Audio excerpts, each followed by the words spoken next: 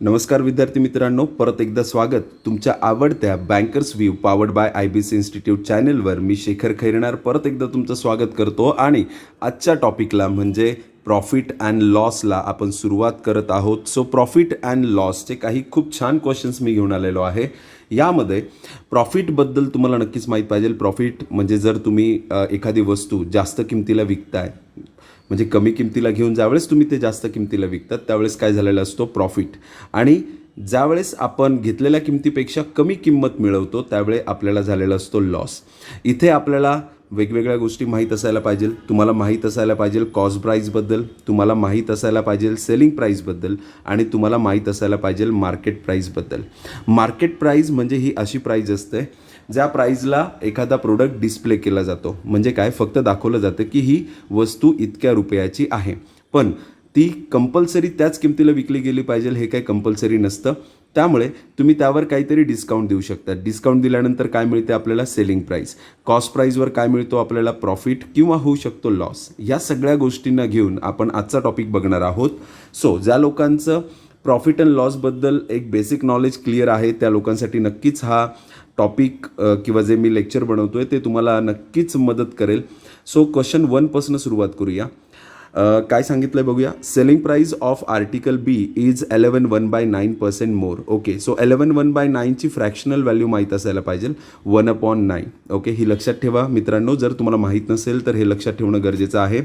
Selling price of article B. So B आर्टिकलची selling price काय सांगतायत ते 1/9% मोर, म्हणजे 1/9 मोर सांगतायत, म्हणजे 9मध्ये 1 जास्त आहे असंच सांगतायत. सो आपली सेलिंग प्राईस ऑफ बी किती असणार आहे 10 असणार आहे, आणि कोणापेक्षा एच्या सेलिंग प्राईसपेक्षा. तर एची सेलिंग प्राईस काय कन्सिडर करणार आपण मग 9 कन्सिडर करणार आहे.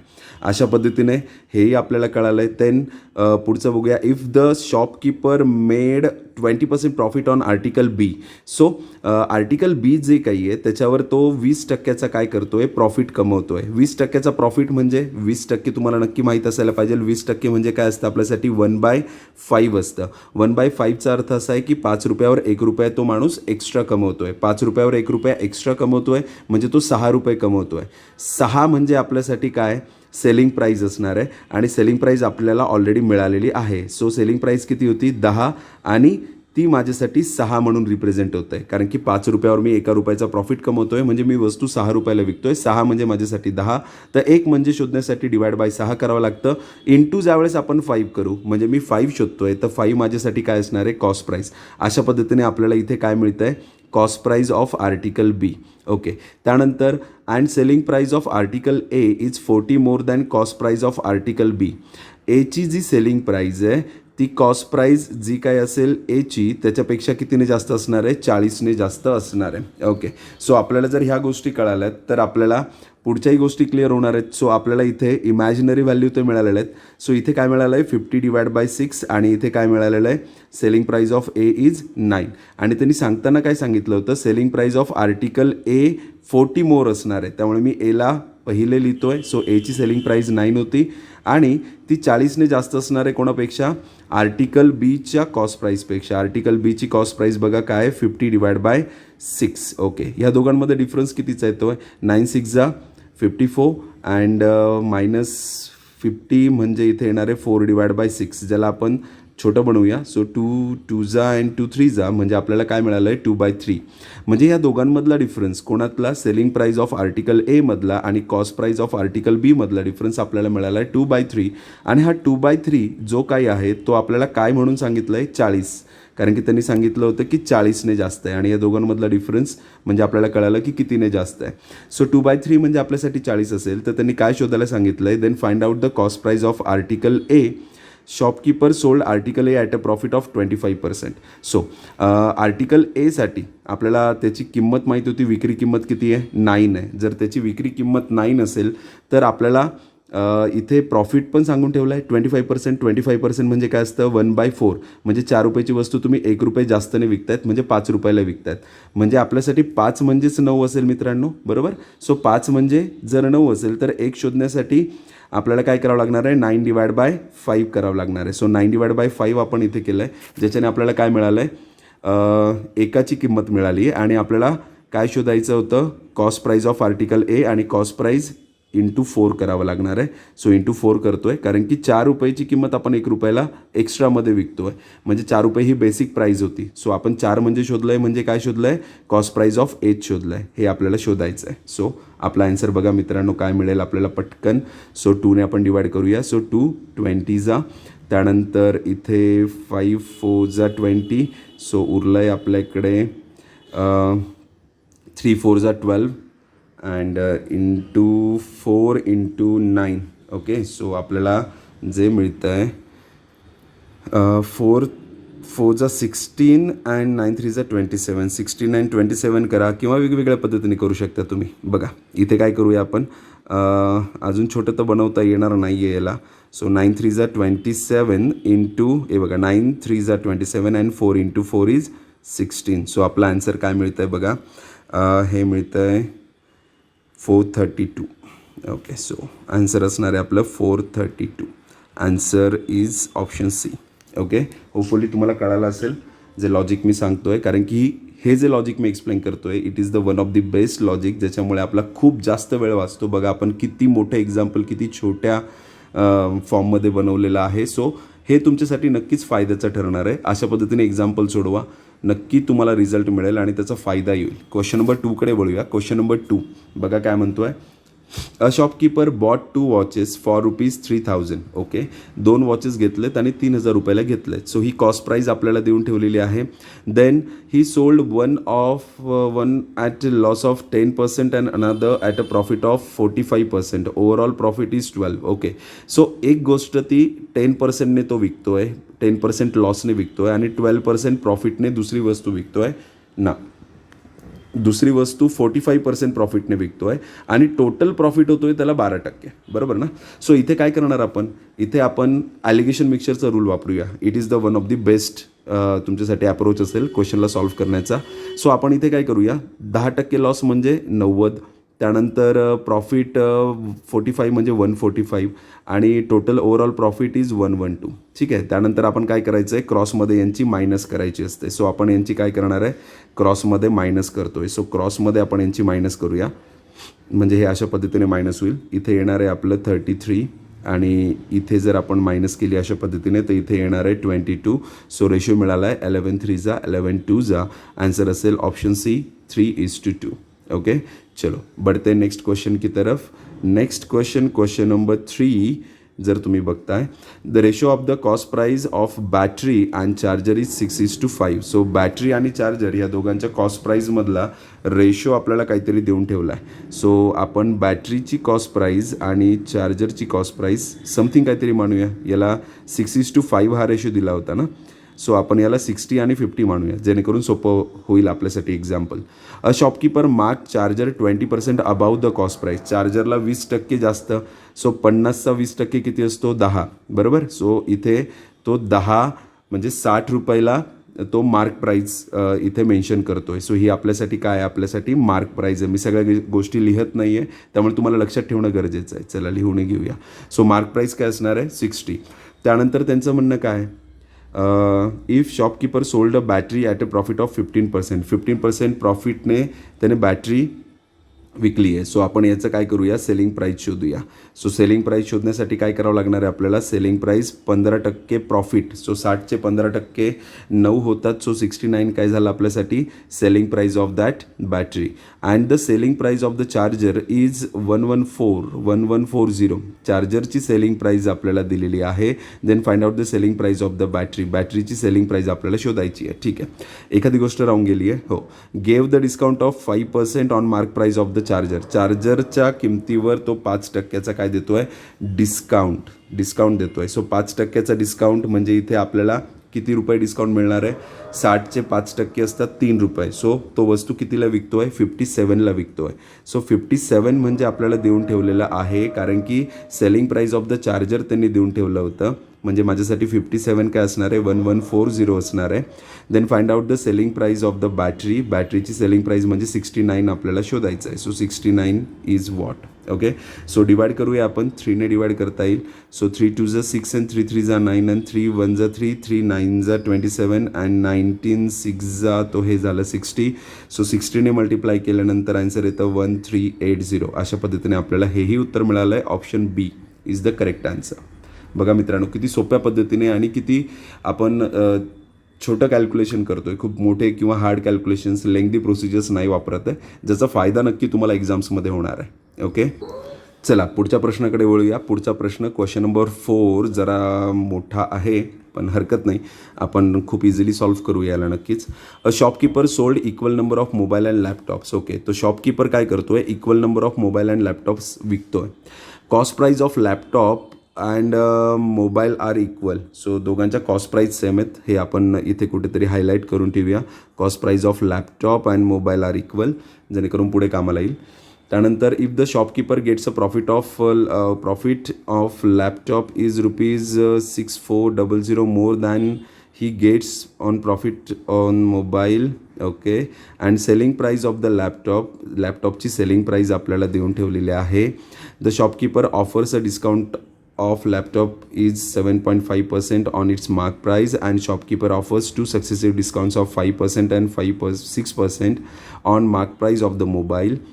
If the mark price of the mobile of and laptop is equal, mark price पण equal आहे मित्रांनो बघा.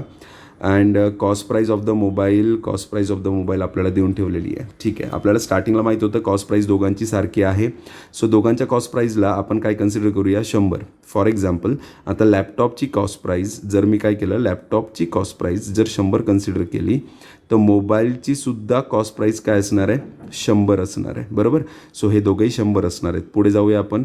पुढे काय म्हणतायत बघा, त्यानंतर त्यांनी डिस्काउंट दिलेत ना.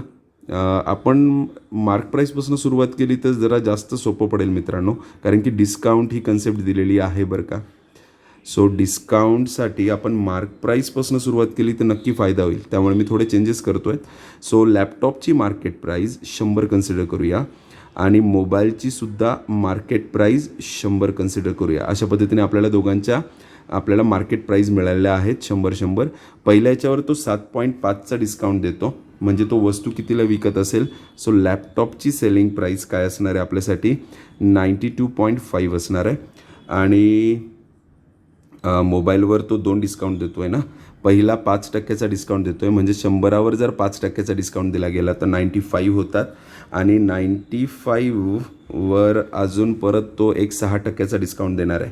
95वर जर 6% डिस्काउंट दिला म्हणजे तो 5.7चा डिस्काउंट देईल, 5.7. सो आपण मोबाईलची सेलिंग प्राईज नक्कीच शोधू शकतो. पहिला डिस्काउंट ₹5 होता, नंतर 5.7चा होता, म्हणजे 10.7चा डिस्काउंट मिळालेला आहे त्याला. म्हणजे वस्तू त्याने विकली असेल 89.3ला. बरोबर ना, 89.3. सो तुम्ही हे कॅल्क्युलेशन्स तुमच्या एंडला सुद्धा करत राहा मित्रांनो, जेणेकरून तुम्हाला नक्की फायदा होईल. सो आता हे आपण विकलेलं आहे. त्यानंतर ते काय म्हणत आहेत, the cost price of mobile is हे देऊन ठेवलं आहे. ठीक आहे, पण ते आपल्या कामाचं सध्या तरी दिसत नाही आहे. Shopkeeper gets a profit of on laptop 6400. Okay, हे बघा, हे महत्त्वाचा भाग आहे. सो दोघांच्या कॉस्ट प्राईस सेम असतील ना, तर जो सेलिंग प्राईजमधला डिफरन्स आहे तोच काय असणार आहे, प्रॉफिटमधला डिफरन्स असणार आहे. सो इथे त्यांनी प्रॉफिट ऑन लॅपटॉप 6400 जास्त सांगतायत प्रॉफिट ऑन मोबाईलपेक्षा. सो ह्या दोघांमधला डिफरन्सच आपण कॅल्क्युलेट करूया. दोघांमधला डिफरन्स किती येतो आहे बघा, दोघांमध्ये डिफरन्स येतो आहे 3.2चा. बरोबर ना. सो 3.2चा जो डिफरन्स आला आहे, 3.2चा डिफरन्स म्हणजेच आपल्यासाठी 6400 दिले आहेत. सो आपण एकाची व्हॅल्यू नक्कीच शोधू शकतो. सो या दोघांना जर आपण डिवाईड केलं तर एकाची व्हॅल्यू मिळणार आहे आपल्याला 2000. ठीक आहे, सो अशा पद्धतीने ₹2000 एकाची व्हॅल्यू आहे. हे एकाचं लक्षात ठेवणं का गरजेचं आहे, कारण की पुढे कॅल्क्युलेशन त्याच्यावरच करायचे. बरं, त्यांनी काय विचारलं आहे आता प्रश्न, find out how much total discount gave on mobile and laptop. Okay, so आपल्याला मोबाईलवरचं तर माहीत आहे, मोबाईलवर 7.5चा डिस्काउंट दिला गेला होता. सो हे 7.5 लिहितो. आणि पुढे लॅपटॉपवर ठीक आहे. ॲक्च्युली लॅपटॉपवर 7.5चा डिस्काउंट होता आणि मोबाईलवर 2 डिस्काउंट्स होते जे आपण ऑलरेडी कॅल्क्युलेट केले होते. ते किती होते? 10.7. ओके, सो 10.7 म्हणजे अशा पद्धतीने टोटल डिस्काउंट आपल्याला किती मिळालेला आहे. टोटल डिस्काउंट एकदा जर तुम्ही व्यवस्थित कॅल्क्युलेट केलं तर 18.2चा टोटल डिस्काउंट आहे. सो टोटल डिस्काउंट 18.2चा आहे आणि एकाची व्हॅल्यू 2000 आपल्याला मिळाली होती. सो 18.2 गुणिले 2000 जर आपण केलं तर आपल्याला टोटल डिस्काउंट किती मिळालं आहे ते कळेल आणि आपण याचंही कॅल्क्युलेशन करूया. सो हे येईल 36400. येस, सो अशा पद्धतीने आपल्याला टोटल डिस्काउंट मिळाला आहे and it is shown in option number B. Okay, no, option number C is the correct answer. 36400. Okay, so अशा पद्धतीने हेही एक्झाम्पल बघा, किती मोठं एक्झाम्पल आहे. जर आपण बघायला गेलो तर ते आपल्याला खूप जास्त लेंथी वाटतं, पण तुम्ही प्रॉपर ॲप्रोच जर यूज केला ना तर नक्कीच तुम्हाला त्याचा फायदा होणार आहे. आणि IBC इन्स्टिट्यूट नक्कीच असे ॲप्रोचेस विद्यार्थ्यांपर्यंत पोहोचवतं. आमच्या ऑफलाईन बॅचेसमध्ये खूप सुंदर आम्ही लेक्चर्स कंडक्ट करतो ज्याच्यामध्ये तुम्हाला वेगवेगळे ट्रिक्स, टेक्निक्स आणि कशा पद्धतीने एक्झाम्पलला छोटं बनवून टाईम मॅनेजमेंट करता येईल हे आम्ही सांगत असतो.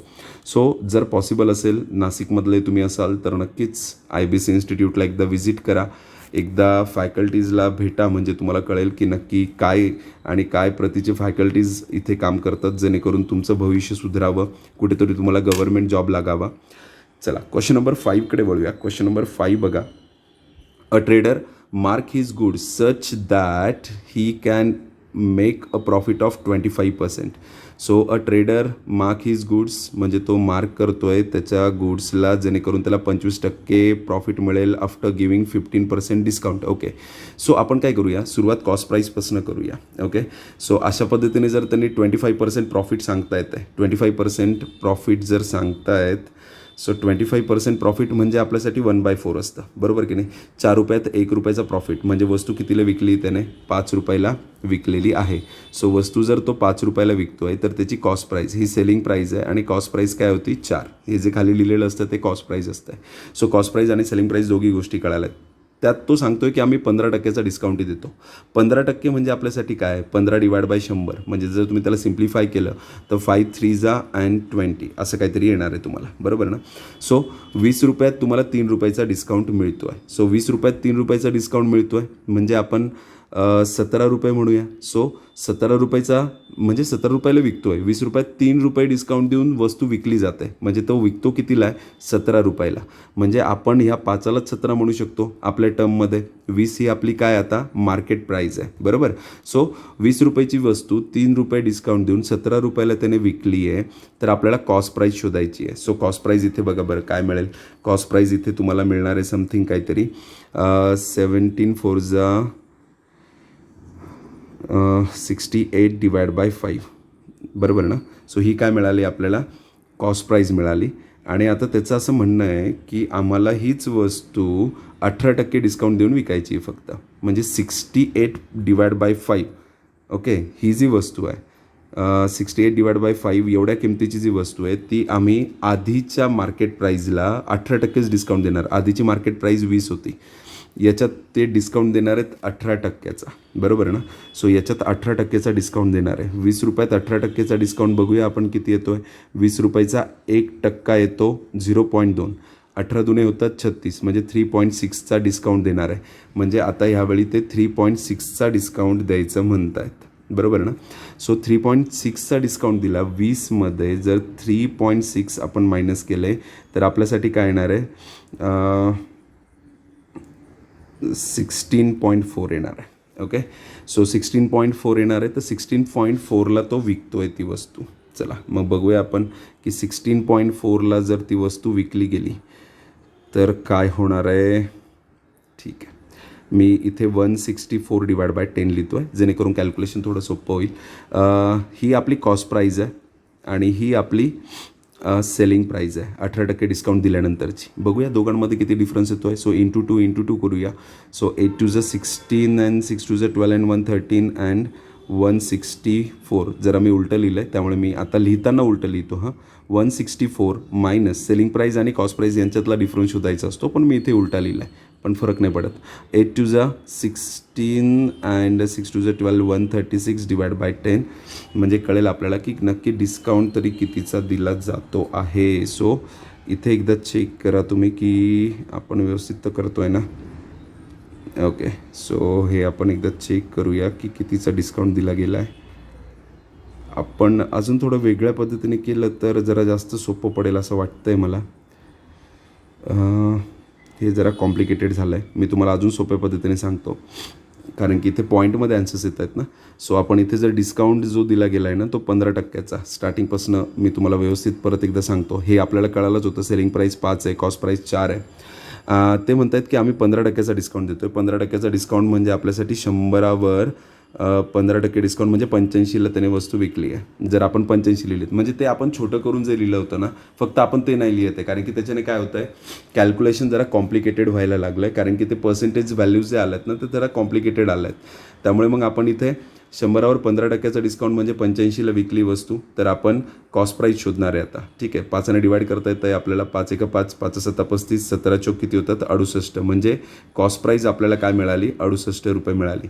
आता त्यांचं म्हणणं आहे की आम्ही 100 रुपयावर किती डिस्काउंट देणार 18. पहिले 15 दिला होता आता 18 म्हणजे वस्तू कितीला विकली आहे तुम्ही 82ला विकली आहे. सो सेलिंग प्राईस काय यावेळीची 82 रुपये. सो या दोघांमधला डिफरन्स म्हणजेच काय असतो आपल्यासाठी प्रॉफिट असतो. बरोबर. सो आपल्याला नवीन प्रॉफिट शोधायचा होता तर या दोघांमध्ये डिफरन्स कितीचा येतो आहे 14चा आणि हा डिफरन्स कशावर आला आहे कॉस्ट प्राईजवर येतो म्हणजे 68वर येतो. आन्सर कशात द्यायचं आहे पर्सेंटेजमध्ये. सो हे जर आपण कॅल्क्युलेशन केलं तर आपल्याला बघूया उत्तर काय मिळतं आहे. सो इथे 2 7 जा 234 जा and 700 divide by 34 700 divide by 34 34 2 जा 68 अँड 0 पॉईंट समथिंग आणि आपल्याकडे नन ऑफ दिस ऑप्शन नसल्यामुळे पुढचं कॅल्क्युलेशन करण्याची गरज नाही आहे. सो 20.58 हे तुमचं उत्तर असणार आहे. मग जे मी केलं ना त्यानेसुद्धा उत्तर मिळणारच होतं पण प्रॉब्लेम फक्त इतकाच होता की तिथे जरा कॅल्क्युलेशन्स आहेत ना ते कॉम्प्लिकेटेड झाले होते. बरोबर ना. आणि ते कॉम्प्लिकेटेड होऊ नये म्हणून मी परत एकदा रिव्हर्ट बॅक केलं आणि मग तुम्हाला व्यवस्थित हे नवीन स्ट्रॅटर्जीनुसार सांगितलेलं आहे. पुढच्या प्रश्नाकडे वळूया. Question number 6. The markup the price of item by 40%. Okay, so तो इथे मार्कअप करतो आहे प्राईज 40%ने and sold 30% of those items at this price. Okay, and sold 30% at 14.28% discount and remaining at 25% discount. Okay, so आपल्याला बघा काय काय दिलेलं आहे इथे. सगळ्यात महत्त्वाचा तो एक व्यक्ती आहे जो मार्कअप करतो 40%ने किंमत. 40% म्हणजे काय असतं आपल्यासाठी लक्षात ठेवा 2/5 म्हणजे 5 रुपयाची वस्तू तो सांगतो किती रुपयाला 7 रुपयाला. ओके, सो 5 रुपयाच्या वस्तूला तो 7 रुपयाचं लेबल लावतो आहे आणि विकतो आहे. त्यांनी काय सांगितलं आमच्याकडे 100 आपण कन्सिडर करूया की आपल्याकडे 100 वस्तू होत्या त्यातल्या 30% वस्तू तो विकतो आहे कोणत्या प्राईजला मार्कअप प्राईजला म्हणजे किती रुपयाला 5 रुपयाची वस्तू 7 रुपयाला. बरोबर. सो 7 3 21 210 रुपयाला त्याने विकलं आहे. त्यानंतर ते पुढे काय सांगतायत सोल्ड 30% ॲट 14.28. सो 30% म्हणजे काय आता 100चे परत 30% काढायचे आहेत आपल्याला म्हणजे 30 येतील आणि ते 14.28% 14.28%ला लक्षात ठेवा की ते 1/7 असतं. सो 7 रुपयात 1 रुपया डिस्काउंट देतो आहे. बरोबर ना. इथे तो काय करत होता की इथे 30 आयटम्स 7 मी हे डायरेक्ट लिहिलं आहे इंटू 7 इंटू आपल्याला काय सांगितलं होतं तो त्याच प्राईजला विकतो आहे. बरोबर होतं. ओके, सो तो त्याच प्राईजला विकतो आहे आणि जे उरलेले आयटम आहेत म्हणजे 30% जे आहेत ते 14.28 आणि याची मार्क प्राईज होती 7 रुपीज आणि तो विकतो आहे 14.28% डिस्काउंटला म्हणजे 7 रुपयात 1 रुपया डिस्काउंट देतो आहे म्हणजे विकतो 6ला आहे जी 7ची वस्तू होती. अशा पद्धतीने त्याने कितीला विकलं हे कळेल. सो 180 रुपयाला तो विकतो आहे. त्यानंतर पुढे काय सांगितलं आहे अँड द रिमेनिंग 25% डिस्काउंट. 30 आणि 30 60 वस्तू विकल्या आहेत आपण. उरल्या किती वस्तू आहेत आपल्याकडे 40ला तो 25% डिस्काउंट देतो आहे. 40 वस्तू तो 7 रुपयाच्या मार्क प्राईजवर विकणार होता आणि त्याच्यावर तो डिस्काउंट देतो आहे 25%चा म्हणजे 1/4 म्हणजे तो विकणार आहे 3/4ला. बरोबर ना. सो तो विकणार कितीला आहे 3/4ला विकणार आहे. सो 4 10 जा आणि इथे येणार आहे 210. अशा पद्धतीने टोटल तो कितीला विकतो आहे हे आपण बघूया. So 210 180 and 210. सो 420मध्ये 180 ॲड करायचे आहेत, म्हणजे तो वस्तू विकतोय 600ला. ज्या कितीला घेतल्या होत्या त्याने, कॉस्ट प्राईस काय होती 5 रुपये, 2 रुपये एक्स्ट्रा लावून त्याने मार्केट प्राईस बनवली होती. सो 500 रुपयाच्या वस्तू तो कितीला विकतोय, इथे उत्तर येतं आहे 600. म्हणजे 100 रुपयाचा प्रॉफिट कमवतोय तो कशावर, 500 रुपयावर. आणि 1/5 म्हणजेच आपल्यासाठी पर्सेंटेज व्हॅल्यू असते 20%. सो आपला आन्सर असणार आहे 20%. याला इंटू 100 करा तुम्ही, हरकत नाही. सो आन्सर काय मिळणार आहे, 20%च मिळणार आहे. ओके, नेक्स्ट क्वेश्चन नंबर 7कडे वळूया. क्वेश्चन नंबर 7 बघा. TV and AC prices are marked up by 40% and 50% respectively. TV आणि जे AC सांगतायत ते की त्यांचं 40% and 50% मार्क्ड अप केलं आहे. And the cost price of both the articles, आणि कॉस्ट प्राईज जी आहे बोथ द आर्टिकल्सची आर इक्वल. चलो, हा एक प्लस पॉईंट असतो मित्रांनो की कॉस्ट प्राईस काय असेल, इक्वल असेल. ओके, सो दोघांच्या कॉस्ट प्राईस आपण काय कन्सिडर करूया, 100 कन्सिडर करूया. सो टी व्हीची कॉस्ट प्राईस आपल्यासाठी 100 असणार आहे. ओके, सो टी व्हीची कॉस्ट प्राईस 100 रुपये आणि ए सीची कॉस्ट प्राईस पण आपल्यासाठी काय सांगितली आहे, 100 रुपये. ते मार्कटअप करतायत, ते दोघांना मार्कटअप केलं आहे. एकाला 40% केलं आहे, म्हणजे टी व्हीची मार्केट प्राईस मिळेल आपल्याला 140 आणि ए सीची पण मार्केट प्राईस मिळेल 150. ओके, 50%ने ए सीची प्राईस वाढवली आहे. त्यानंतर ते काय करत आहेत, if 20% discount on both the articles, दोघांवर सुद्धा काय करत आहे, 20%चा डिस्काउंट देत आहेत. याच्यावर 20%चा डिस्काउंट म्हणजे 28 रुपयाचा, 140चे 20% असतात 28, म्हणजे तो वस्तू कितीला विकतो आहे, 112ला विकतो आहे. सो मार्केट प्राईजमधनं डिस्काउंट मी मायनस केला आहे. इथे पण तो किती डिस्काउंट देतो आहे, 20%चा, म्हणजे इथे सरळ सरळ 30 रुपयाचा डिस्काउंट मिळतो आहे, म्हणजे 120 रुपयाला तो विकतो आहे. बरोबर. सो अशा पद्धतीने त्याने त्या वस्तू विकल्या आहेत. आता आपण बघूया की काय सांगतायत ते. Then profit percent A C is what percent more than profit percent on T V. So profit percent of A सीवर प्रॉफिट. आता दोघांचे कॉस्ट प्राईस 100 होत्या, म्हणजे ज्या व्हॅल्यू मिळाल्या आपण त्यांच्यातला डिफरन्स काढला तर आपल्याला पर्सेंट प्रॉफिटच कळणार आहे. जसं की इथे 12% प्रॉफिट आहे, इथे 20% प्रॉफिट आहे. ओके, त्यांचं म्हणणं काय आता, ए सीवर जो प्रॉफिट मिळाला तो कितीने जास्त आहे. ए सीवर मिळालेला प्रॉफिट दिसतोय तुम्हाला, इथे 20 रुपये प्रॉफिट आहे आणि इथे 12 रुपये प्रॉफिट आहे. सो इथे जो मिळालेला प्रॉफिट ए सीवर तो 8ने जास्त आहे. कोणापेक्षा, दॅन दॅट ऑफ टी व्हीपेक्षा. सो टी व्हीची कॉस्ट प्राईज, टी व्हीच्या प्रॉफिट पर्सेंटेजशी कम्पेअर करायचं आहे. सो इथे 12 येणार आहे आणि इंटू काय करायचं आहे, 100. So 4 2 8 and 4 3. सो आन्सर येईल 200/3, जे डेसिमलमध्ये येणार आहे, जे कुठेही दिसत नाही आहे. सो आन्सर असणार आहे आपलं नन ऑफ दिस, कारण की क्वेश्चनमध्ये कुठेही त्यांनी मेन्शन केलं नाही आहे की ॲप्रॉक्सिमेशन यूज करा. आणि जर आपल्याला ते आन्सर जर दिसत असेल पॉईंटमध्ये, डेसिमलमध्ये, तर हे काढून दाखवायची गरज नाही आहे, कारण की आपल्याला आन्सरला फक्त टिक करायचं असतं. ओके, क्वेश्चन नंबर 8कडे वळूया. क्वेश्चन नंबर 8 व्यवस्थित बघा. A shopkeeper bought 37 TVs and washing machines together. Okay, शॉपकीपरनं काय केलं आहे, 37 TVs अँड वॉशिंग मशीन्स. आता किती टी व्ही आहेत, किती वॉशिंग मशीन्स आहेत हे आपल्याला इंडिव्हिज्युअली माहीत नाही, पण एकत्रित ते 37 आहेत.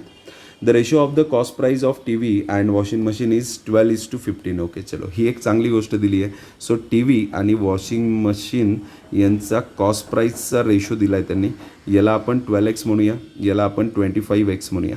ओके, त्यानंतर he marked up the T V by 40%, आणि तो टी व्हीची जी प्राईज आहे ती काय करतो, मार्क्ड अप करतो, म्हणजे वाढवतो आहे. किती नाही, 40%. ओके, त्याचा उपयोग आता ठीक आहे करता येईल आपल्याला लगेचच, ठीक आहे, हरकत नाही. अँड वॉशिंग मशीन बाय 8,000, आणि वॉशिंग मशीनची जी प्राईज आहे ती 8,000ने तो वाढवतो आहे.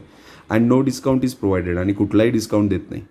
ही sold 80% of the total number of T Vs and 8 washing machines. 80% तो टी व्ही विकून टाकतो. टी व्ही किती आहेत हे आपल्याला माहीत नाही आहेत अजून, पण 8 वॉशिंग मशीन्स त्याने आत्तापर्यंत विकलेत, आणि त्याच्यावर टोटल त्याने 6 लाखाला ते विकलेत. Okay, and remaining 4 washing machines. Okay, चलो, हा एक प्लस पॉईंट इथे अजून एक मिळाला आहे. सो 8 वॉशिंग मशीन्स आणि पुढचे 4, म्हणजे टोटल वॉशिंग मशीन्स किती होते आपल्याकडे, 12 होते.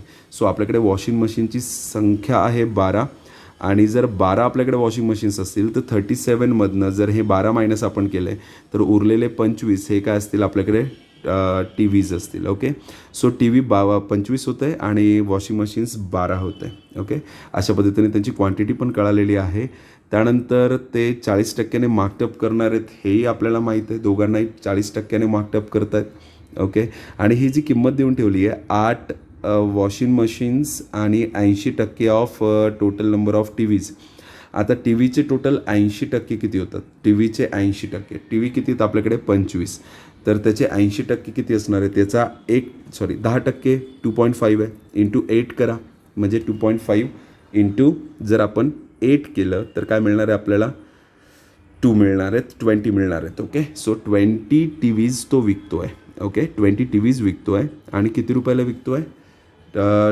12x 20 टी व्हीज ज्याची प्राईस होती 12x आणि त्याला मार्कअप केलं होतं विद्यार्थी मित्रांनो, आठवतं आहे 40%. सो 40% आपण डायरेक्ट लिहू शकतो. मी डायरेक्टच लिहितो आहे. 40% म्हणजे 2/5 असतं. म्हणजे 5 रुपयाची वस्तू तो 7 रुपयाला विकतो आहे. म्हणजे इथे 7 येणार आहे, खाली 5 येणार आहे. ओके, 40% म्हणजे काय आपल्यासाठी 2/5 आहे. सो 5 रुपयाची वस्तू 2 रुपये वाढून विकतो आहे म्हणजे तो 7 रुपयाला विकतो आहे. ओके, ही झाली आपली selling price of 80% of T Vs. आणि वॉशिंग मशीनमध्ये तो फक्त 8च टी व्ही विकतो आहे, बरोबर ना? तो 8 टी व्ही विकतो आहे. किती रुपयाला विकतो आहे? मार्कअप केलं होतं त्याने 8,000 रुपये जास्त. सो 8 टी व्हीची किंमत 25 गुणिले 8 आपल्याला परत करावं लागणार आहे. 25 गुणिले 8. ओके, सो ते 200 येणार आहेत आणि पुढे तो 200x काय करतो आहे? मार्कअप केली प्राईस 5/7, परत तसंच. ओके, सो इथे आपण डिवाईड करून बघूया काय उत्तर मिळतं आहे. 5 चोक 20, नंतर हे 7 चोक 28. एक छोटीशी गोष्ट आपण गडबड केली इथे जे सांगितलं आहे त्यांनी की आपण 8 वॉशिंग मशीन किंमत तर काढली, 8 गुणिले काय केलं आहे आपण 25x म्हणजे 200x आलेत. पण त्यांची प्राईस त्याने कितीने वाढवली होती? 8,000ने वाढवली होती. मार्कअप बनवण्यासाठी, मार्केट प्राईस बनवण्यासाठी त्याने ती प्राईस किती हजाराने वाढवली होती? 8,000ने वाढवली होती. अशा पद्धतीने या दोघांची addition is equals to 6 lakh rupees त्यांनी विकलं होतं, बरोबर. सो हे कॅल्क्युलेशन तर आपलं झालेलं आहे. फक्त इकडचं कॅल्क्युलेशन याच्यासाठी हा 200x. सो हे येतं आहे आपलं टोटल याचं कॅल्क्युलेशन 12 चोक 48, 87, 48 and 7 आणि plus 200 is equals to 536x. आणि हा जो 8,000 आहे तो इकडे येताना मायनस होईल. सो मी ते मायनस करतो आणि ते येणार आहे 536,000, बरोबर ना? कॅल्क्युलेशन एकदा चेक करा. हा तसं वाटत नाही आहे की चुकलं आहे म्हणून, कारण की आपले ॲन्सर्स मॅच होतात. सो इथे येणार आहे 1000. सो एक्सची व्हॅल्यू 1000 रुपये मिळाली आहे. ओके, आता त्यांनी काय विचारलं आहे? Then find out his overall profit or loss. Okay, तर त्याला टोटल प्रॉफिट झाला आहे की लॉस झाला आहे?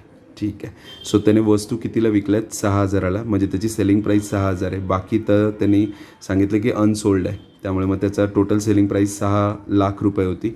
आणि आपल्याला इथे यांची प्राईस शोधायची आहे, cost price total.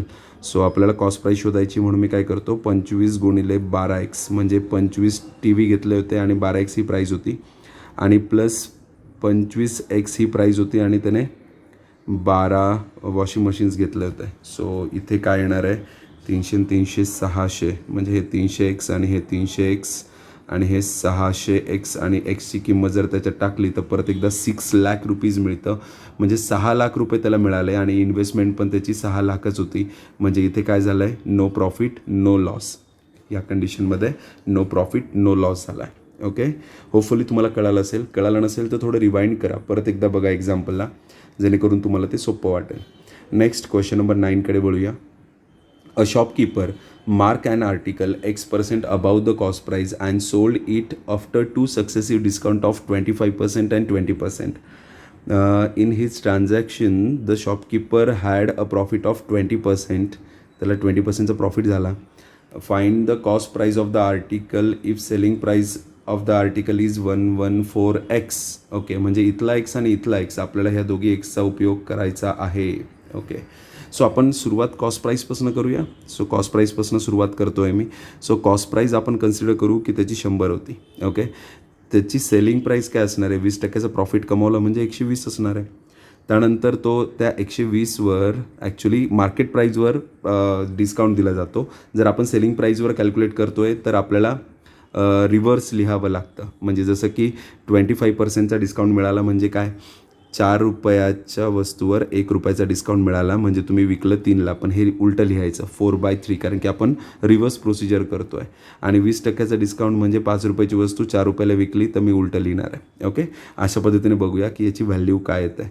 So 4 will get cancel, 3 4 20 and 4 5 200. म्हणजे 100ची वस्तू त्याने काय केलं आहे, मार्कअप केलं आहे. कारण की हे काय शोधत होतो आपण, मार्केट प्राईस शोधत होतो. 100ची वस्तू 100% वाढवली आहे. 100चा 200 झाला म्हणजे 100% वाढला ना.